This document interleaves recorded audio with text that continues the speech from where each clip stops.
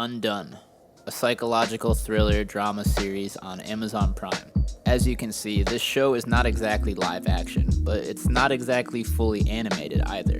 Instead, the narrative unfolds using this hybrid style, which I could try to explain, but figured that the guys that actually worked on the show would do a much better job. It's a hybrid between live film and animation, which was really hard for me to wrap my brain around. And then I got to see some of Hisco's artwork, and it was explained to me that that would be the backdrop. This is a mixture of oil paintings, 3D animation, 2D animation, rotoscoped animation. This style isn't just used for the sake of looking cool or being different. It's actually used to convey the tone and thematic elements of the show. We'll get into this more in a little while.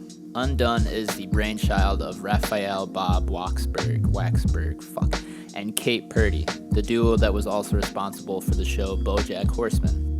It stars Rosa Salazar, who you might know from Alita Battle Angel, the Maze Runner franchise, and Bird Box.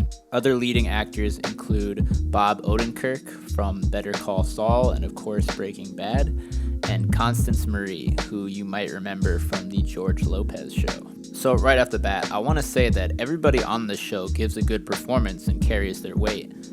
But Rosa Salazar really takes the spotlight, giving a phenomenal performance with impressive emotional range, taking on a character that is pretty complex with emotional and psychological layers that all needed to be spot on for the show to work. So what is this show Undone all about? Well, here's what Google has to say. After 28-year-old Alma nearly dies in a car accident, she finds that she has a new relationship with time. She develops this newfound relationship to find out the truth about her father's death.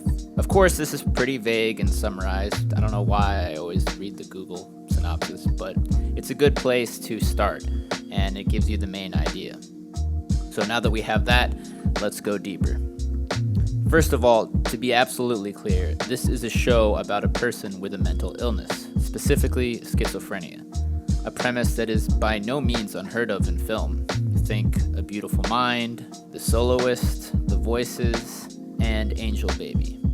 The viewer is taken on an extremely mind-fucking ride as the show progresses, and Alma's character falls deeper into her altered sense of reality after she wakes up from the coma she was in as a result of her accident.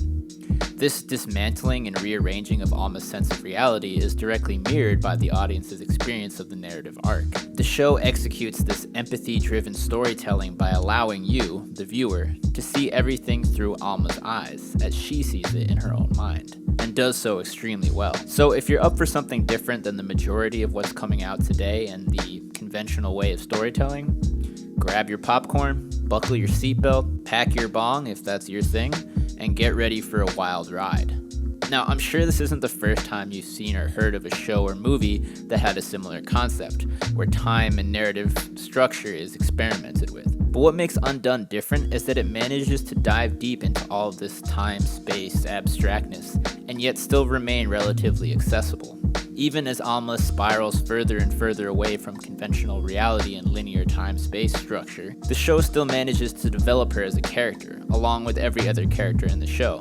Any disorientation you experience as the viewer never seems overwhelming or off-putting to the point where you can't enjoy or follow what's happening, or become invested and attached to the characters and what they go through. In fact, it's this very technique of jumping back and forth between different moments in time that allows Alma's character to be developed so thoroughly. It puts a brand new paint of coat on the conventional flashback technique by turning it into a diegetic occurrence within the show, meaning that when we are taken back to moments in Alma's past, they aren't just flashbacks for the sake of exposition, but as Alma becomes more and more adept with her abilities, they become instead explorations of Alma's character by Alma herself.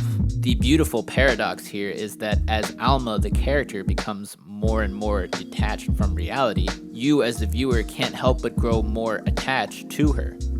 That's pretty impressive for a show to pull off. The story this show tells is a great mix of thriller, with the whole mystery of her father's death being something that you definitely want answers to as the show continues, the unconventional narrative style that's so refreshingly different from the majority of other shows these days, and the emotional journey of Alma and her relationships with her family, friends, and her boyfriend Sam.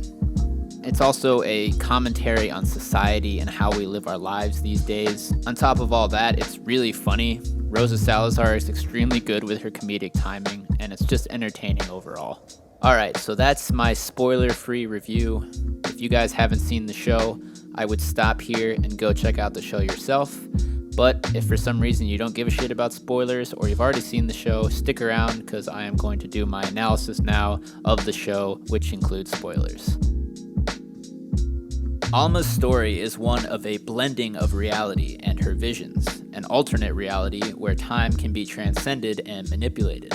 Throughout the show, Alma is constantly attempting to exist within both of these realities, as both her internal alternate reality and reality as we know it begin to blend and overlap. Understanding this, the show's choice of using the blending of live action and animation makes perfect sense, as it visually conveys Alma's inner state of being. The animated quality comes across as almost dreamlike, like a painting or drawing come to life. There is this shifting quality to the animation aspect that creates this rippling effect on the characters, which I think is a really great detail. Even when one of the characters isn't moving, there are these slight shifts in their outline, as if suggesting a ripple in reality itself. If we look at Alma's blending of reality as a state of being neither one or the other of two things, then it is also a state of being in between.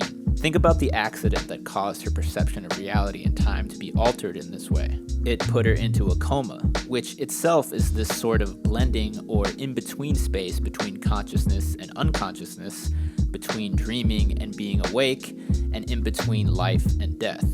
Think about these states of in-between as you watch the show.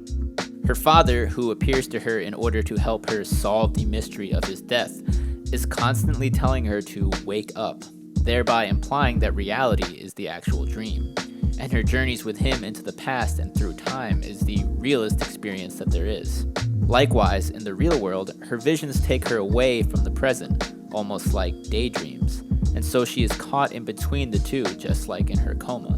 In this same sense, her father appearing before her is a manifestation of the past and of death, because of course, he died, and he is constantly trying to distract her and get her away from real life and living. So once again, just like in her original coma state, she exists between living her life and death, or rather not being able to live her life because of her fixation on the past and the death of her father. The theme of blending also extends to the audience's experience of the show as a whole. It plays with our sense of reality and leaves us questioning what was real and what wasn't. Time travel, quantum entanglement. All that shit sounds cool, and trust me, it's a great way to make the show more interesting, adds a kind of sci-fi element to it. But really, it's all just a cover-up, guys. And here's why. At the end of the day, Alma's journey isn't really about quantum entanglement or anything so abstract. The real journey is her dealing with her grief and her past traumas. In this way, the whole time travel, special ability concept is really just a metaphor for her dealing with living her life after the death of someone she loves, which is something many of us can relate to without the presence of space-time exploration. Alma is constantly unable to stay present in the moment, as her visions keep taking her back into the past. This visualization of her time travel is a representation of her inability to reconcile with her grief and trauma.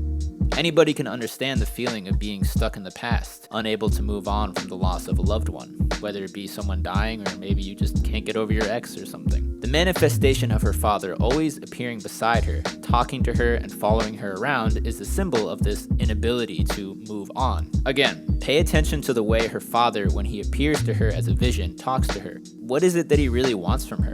He wants her to investigate his death and find out what really happened and travel through time in order to do this, but because of this, it becomes apparent what he doesn't want her to do, which is live her life. He is constantly shown as being either bored or impatient with her reality and life in the present, and constantly coaxes her away from it, saying she must leave it behind to experience this new reality which is supposedly so much better. This ghost, if you will, of her father then becomes the symbol of her grief, the struggle of being tempted to live in the past, unable to carry on with your own life in the present. Her dad left her when he died, forcing her to grow up without him, and he began to leave his family far before that with his obsession over his research, and with his own affliction with schizophrenia, he left reality.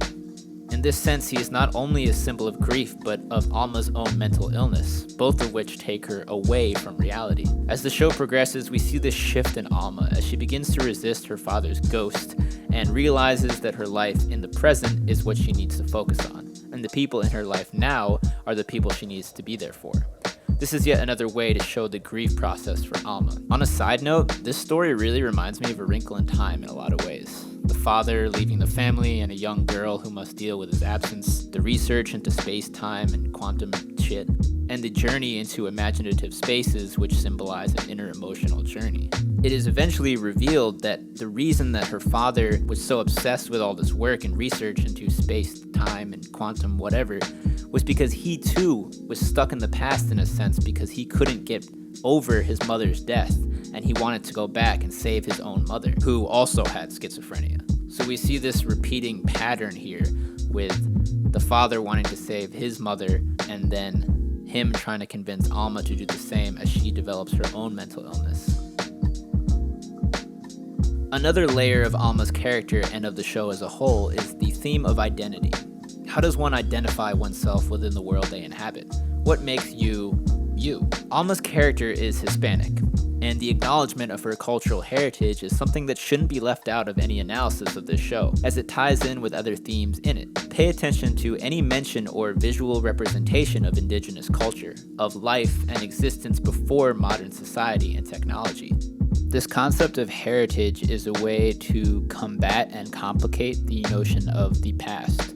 Whereas in a lot of this review, I've been talking about how the past could possibly be this negative thing that somebody can't move on from. But when looking at it in the context of heritage and culture, the past is something that you should always keep with you and that should survive through many generations at the core of somebody's identity. So pay attention to in the show how Alma makes this connection with her heritage and culture and how her time travel also in a way affects her relationship with that and allows her to access that. So that's a sort of positive connotation with the past.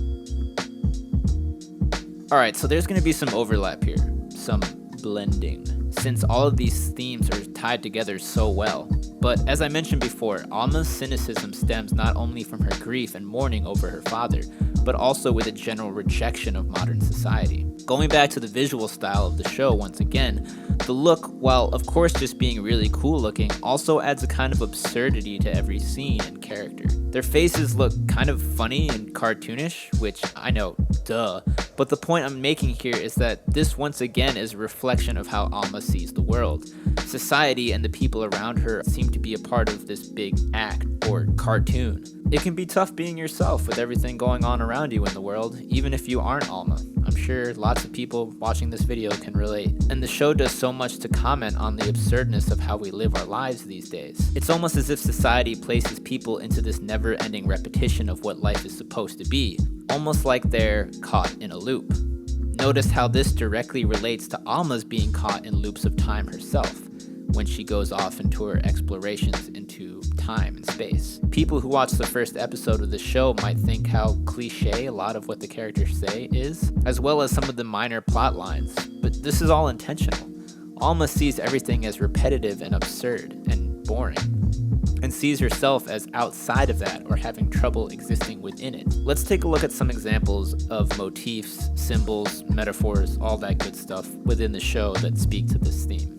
First, there is the electronic blackjack game that Alma gets from her father that keeps her grounded in reality. There are many references to life being a sort of theater production or a game in the show. And so in this game of blackjack, Alma is literally playing a game in order to focus on the bigger game of life and reality. It lets her focus enough to talk with people without drifting away into her visions. The sweet irony within this symbolism here is that it's usually the electronic device, our smartphones, that are the very thing that distract us and keep us away from the moment and force us to be unable to talk to people who are right next to us. Alma is literally doing the reverse with this device. At one point while Alma is playing her blackjack game, I think it's her boss that in one scene says is it necessary to play this game all the time, which is sort of mirroring of her father's speeches to her, where he says that life is just this boring, mundane game, and is it necessary to play that reality, to play that version of yourself when you can be living free in this alternate dimension?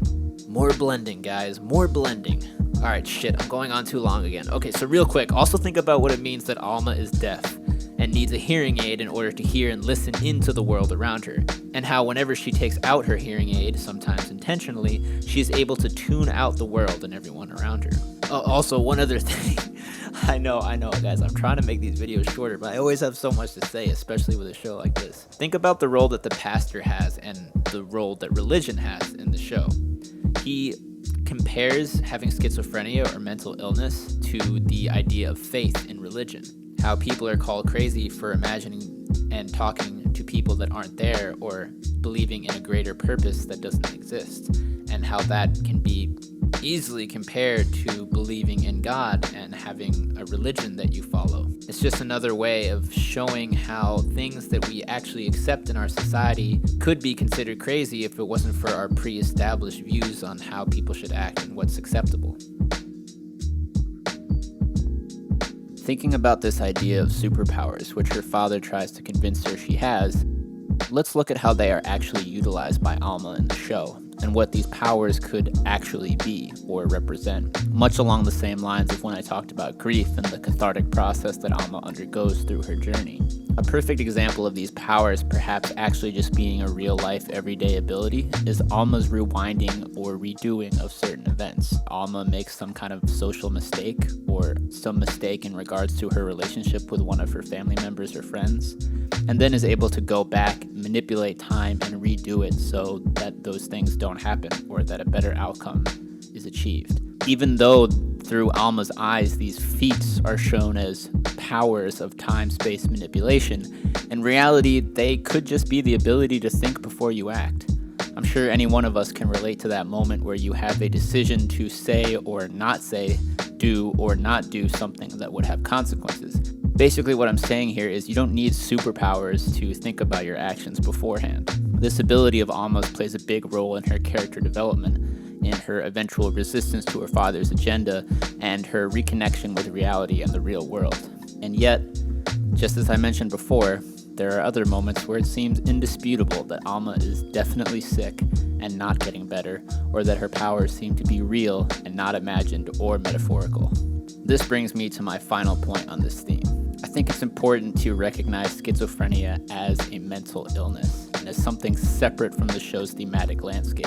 This, I know, can be hard, as Alma's mental illness is so blended with so many other themes. This show does come pretty close to just making schizophrenia look like this poetic, symbolic, metaphorical thing, and I know that I've been talking about it like it is throughout this review, but of course it's not this poetic thing in real life. Now, don't get me wrong, this show definitely doesn't make fun of or make light of schizophrenia, but I just wanted to make sure that in my analysis, I didn't make light of schizophrenia. So, with that being said, guys, that's my review. As you can see, this is a really complex and layered show. It's really interesting. I definitely recommend you check it out. It's one of my favorite shows I've seen in a long time, so I couldn't recommend it more. It's only 8 episodes long. Each episode is under half an hour, so it won't take that much of your time. Extremely bingeable. You'll have finished it before you even know it, but it'll stick with you long after you've watched the last episode. This is 210East. If you're new to the channel, make sure to subscribe and drop a like and a comment. Greatly appreciate all of the support. All right, you guys have a great day, and I'm out.